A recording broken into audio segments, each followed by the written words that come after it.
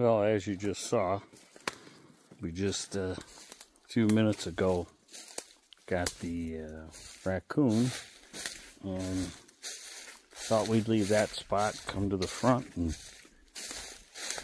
no sooner here we got a mouse that was hopping along the bridge and came out. We shot him there at the little corn, and he ran and ended up right there.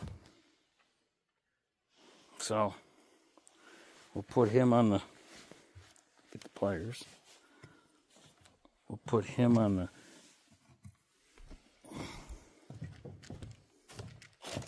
stump and probably call it a night.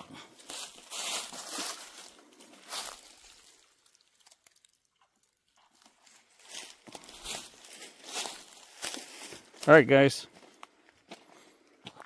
Talk to you later.